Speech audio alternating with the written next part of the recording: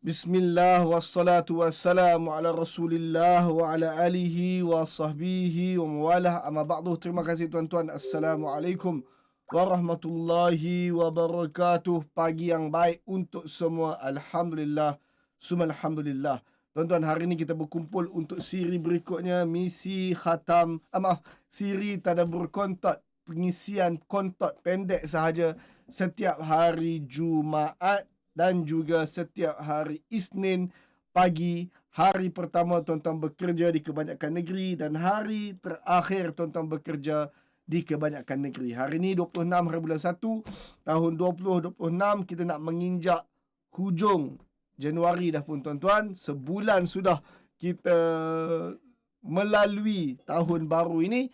Jom kita recall apa kita bincang sebelum ini tentang tema mengisi rumah tangga. Pertama, rumah tangga bahagia diisi dengan cinta dan belas kasihan. Yang kedua, ramuan rumah tangga adalah suami kena berfungsi dan isteri kena salehah. Yang ketiga, bermewah bersama dalam rumah tangga, bersusah pun bersama dalam rumah tangga. Yang keempat, berterus terang tentang aspirasi hidup dalam rumah tangga. Yang kelima, saling memenuhi rumah tangga dengan nikmat-nikmat dunia. Yang keenam, mengisi rumah tangga dengan menjaga hak Allah dan hak pasangan. Yang ketujuh, menjadi sang penyeri dan penutup aib dalam rumah tangga. Yang ke-8 adalah perbincangan kita hari ini, insya-Allah. Tuan-tuan bantu saya komen di bawah rujukan kita hari ini, ayat yang pendek sahaja.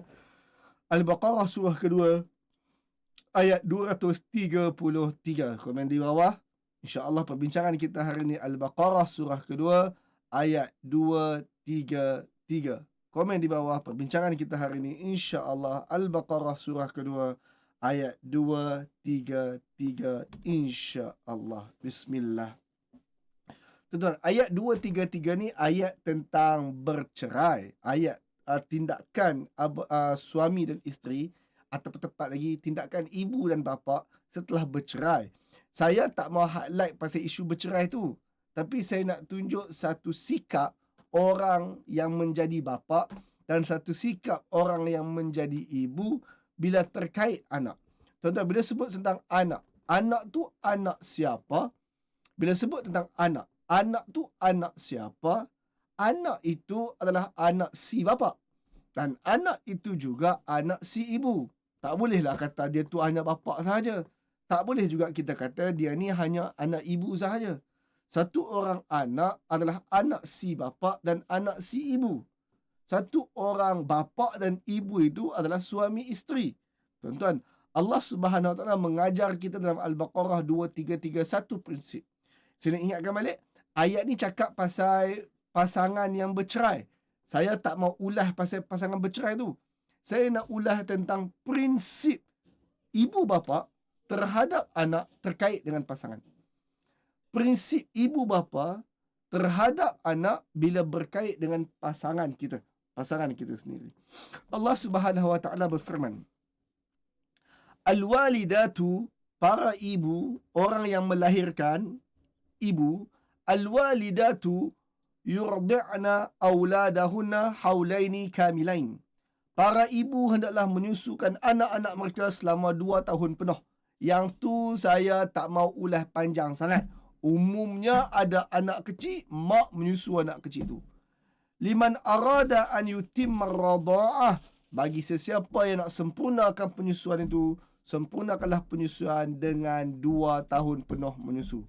Wa 'alal maulud, manakala ke atas para bapa pula, ibu menyusu anak, bapa pula menjaga apa? Lahu rizquhunna wa kiswatuhunna bil ma'ruf. Bila si isteri kita, si ibu itu menyusu anak kita yang masih kecil, bapa ni pula kena sediakan rezeki untuk si ibu itu, menyediakan pakaian untuk si ibu itu dengan cara yang patut. So, tuan-tuan, macam saya sebutlah, saya tak maulah ulah pasal isu bercerai ni. Yang ni saya tak mau ulah isu bercerai. Tapi bayangkan kes ni kes tak bercerai. Kalau kes tak bercerai, tak suruh pun, memang isteri kita nak menyusu anak kita. Kalau tak bercerai, tak suruh pun, memang si ibu isteri kita nak menyusu anak dia sendiri, anak kita lah tu. Dan kalau tak suruh pun, kalau tak bercerai pun, memang kita tahu tugas suami adalah untuk menyediakan rezeki, untuk menyediakan nafkah, menyediakan pakaian untuk keluarga termasuklah isteri kita tu. Cuma ayat ni Allah highlight dua perkara tersebut kerana ayat ni pasal bercerai. Okey, saya nak pergi dekat konsep ibu bapa terhadap anak, terhadap ibu bapa kepada anak terhadap pasangan. Ayat berikutnya, la tukallafu nafsun illa wus'aha. Satu orang tak diberati melainkan mengikut kadar kemampuannya. Si ibu jaga anak, menyusu anak tu dengan kadar kemampuan. Boleh menyusu 2 tahun, buat cara boleh menyusu 2 tahun. Boleh jaga makan, kalau tak boleh menyusu 2 tahun, mungkin setahun sahaja. Itulah kadar kemampuannya. Samalah juga bapa. Bapa pula kadang perlu menyediakan nafkah untuk keluarga. Ada bapa kaya boleh sediakan banyak. Ada bapa yang tak berapa kaya boleh sediakan dengan ala kadar sahaja. Tuan-tuan, macam saya ulang, macam saya sebut tadi, saya tak mau ulas pasal isu bercerai. Saya nak ulas tentang suami, isteri, mak bapa ada kadar yang mereka boleh sediakan. Kadar khidmat yang mereka boleh sediakan. Kadar khidmat yang bapa boleh beri kepada anaknya dan kepada isterinya.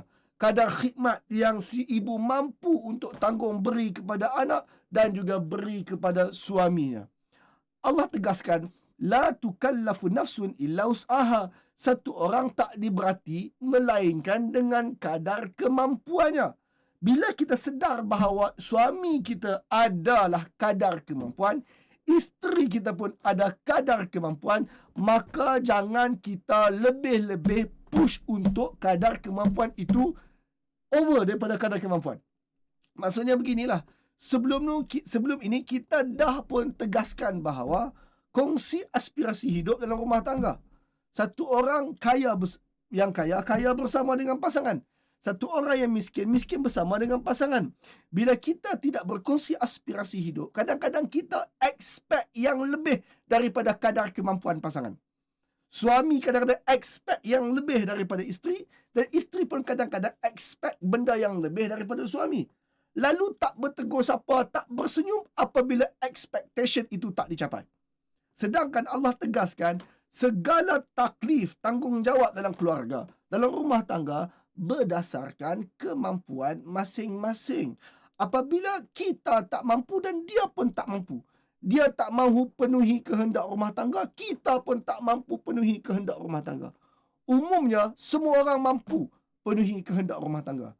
Yang jadi tak mampu bila expectation kita over tinggi daripada kemampuannya.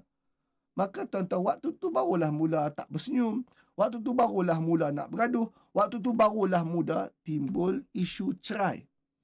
Dan terkadang, satu benda yang kita selaku pasangan kena tahu. Jangan guna anak untuk tekan pasangan. Sebab itu ayat berikutnya Allah sebut, la tudarra walidatun biwaladiha wala mauludun lahu biwaladihi. Jangan kamu buat satu orang ibu menderita kerana anaknya. Jangan kamu buat si bapa menderita kerana anaknya. Apa maksud menderita kerana anak? Ayat mudahnya macam ni, tuan-tuan. Kadang-kadang kita selaku isteri bercakap dengan suami untuk minta nafkah lebih tak dapat. Kita pergi hantar anak untuk pujuk si bapa. Kadang-kadang dengan isteri ni, si suami tu mungkin tegas sikit. Dengan anak ni tiba-tiba lah dia melalui, tiba-tiba dah dia jadi hilang guard dia. Lalu dia pun penuhilah kehendak si ibu tadi menggunakan anak ni. Janganlah pula kadang-kadang kita perburuk si bapa tu kepada si anak ni. Pak hang tu malas kerja. Pak hang tu isap rokok boleh, tapi nak bawa kita pergi Legoland tak boleh. Tuan-tuan, si isteri janganlah menekan si bapa guna anak. Si isteri jangan pula memburukkan si bapa kepada anak tersebut. Dan sama je, tuan-tuan. si ibu pun jangan burukkan si ibu jangan burukkan si bapa depan anak, si bapa jangan burukkan si ibu depan anak. Sebelum bercerai ataupun selepas bercerai. Tuan-tuan tahu bahawa saya menguruskan urusan anak-anak Syukri yang bercerai tu, yang merebut anak tersebut. Tuan-tuan, urusan merebut anak whatsoever tuntutan hadadah adalah urusan antara Syukri dengan isteri dia. Bukan dengan antara ibu dengan si anak tersebut. Kami menjaga tutur kata kami di depan anak-anak tersebut. Kami tak brainwash anak-anak itu untuk benci mak dia ataupun benci bapak dia. Kerana kami tahu, jangan buat si ibu menderita kerana anaknya, jangan buat si bapa menderita kerana anaknya. Tuan-tuan, anak itu anak bersama. Anak itu anak bersama. Bencinya kita kepada pasangan kita atas apa-apa sebab, anak tak perlu berkongsi sentimen itu. Dan bencinya kita kepada pasangan kita atas apa-apa sebab, anak tak perlu berkongsi sentimen itu. Kerana kita boleh bercerai dengan isteri kita. Kita boleh berpisah dengan suami kita. Tapi anak tu tetap mak dia. Tapi anak itu tetap ayah dia. Dia tak boleh bercerai dengan mak. Dia tak boleh berpisah dengan ayah. Maka sebab itu, jangan kita guna anak untuk menekan pasangan kita dalam rumah tangga. Rumah tangga bahagia pun jangan guna anak untuk menekan pasangan. Rumah tangga yang berantakan pun jangan guna anak untuk menekan pasangan. Allah mengajar kita, jangan menekan pasangan rumah tangga menggunakan anak-anak. Komen di bawah tuan-tuan. Jangan menekan pasangan rumah tangga menggunakan anak-anak. Komen di bawah kesimpulan kita hari ini. Jangan menekan pasangan rumah tangga dengan menggunakan anak-anak. Wallahu a'lam. Oh, sekejap tuan-tuan bagi saya 30 saat. Kira kah? 30. Tak apa dah. Lain problem ni. So tuan-tuan, hari ni adalah hari Isnin. Kita rehat kejap minggu ni. Jumpa saya hari Jumaat depan Tanda Berkontot. Jumaat depan kita sambung tentang Musa AS, misi Khatam Al-A'raf. Musa menyembah tanpa imej bahagian yang pertama. Dan tuan-tuan, Ahad depan 1 Februari, tuan-tuan ramai bercuti Taipusam. Tuan-tuan tak sambut Taipusam kan? Tapi kita akan bercuti Taipusam. Maka tuan-tuan, ayuhlah kita mulakan semula siri syahadah kita hari Ahad. Maka Ahad depan kita akan bicara tentang Q&A Al-Quran. Tanya apa sahaja tentang Al-Quran. Kita mulakan semula siri kita yang tergendala kerana isu-isu berbangkit sebelum ini. Jumpa saya Jumaat dan jumpa saya Ahad depan, insya-Allah. Terima kasih tuan-tuan.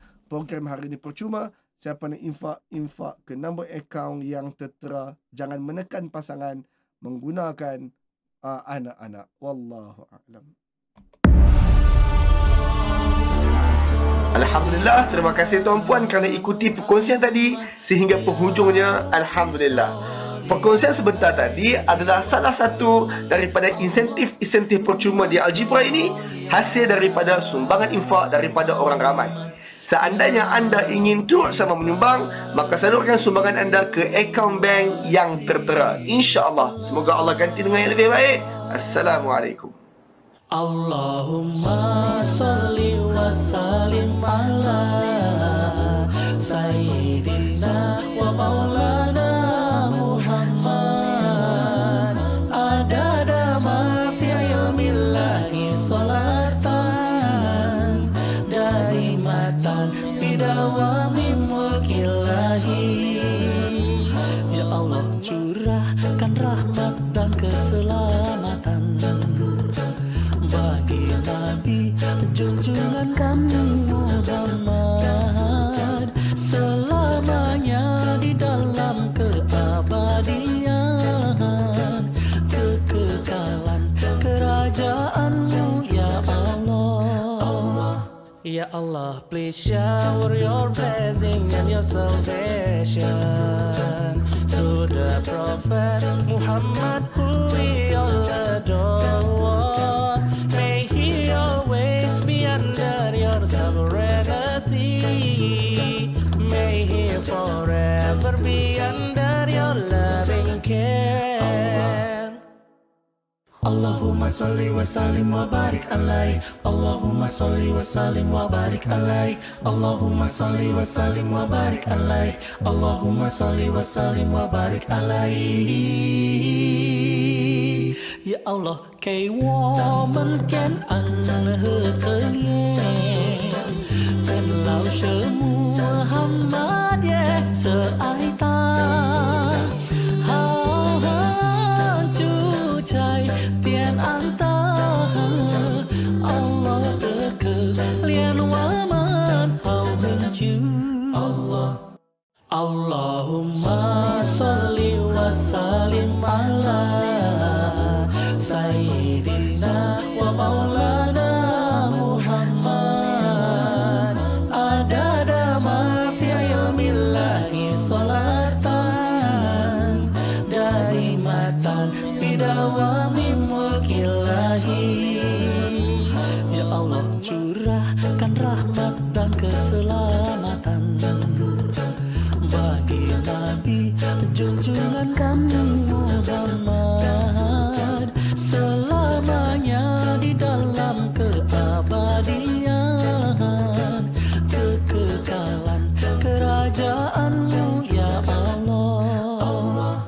Ya Allah, please shower your blessing and your salvation to the Prophet Muhammad who we all adore.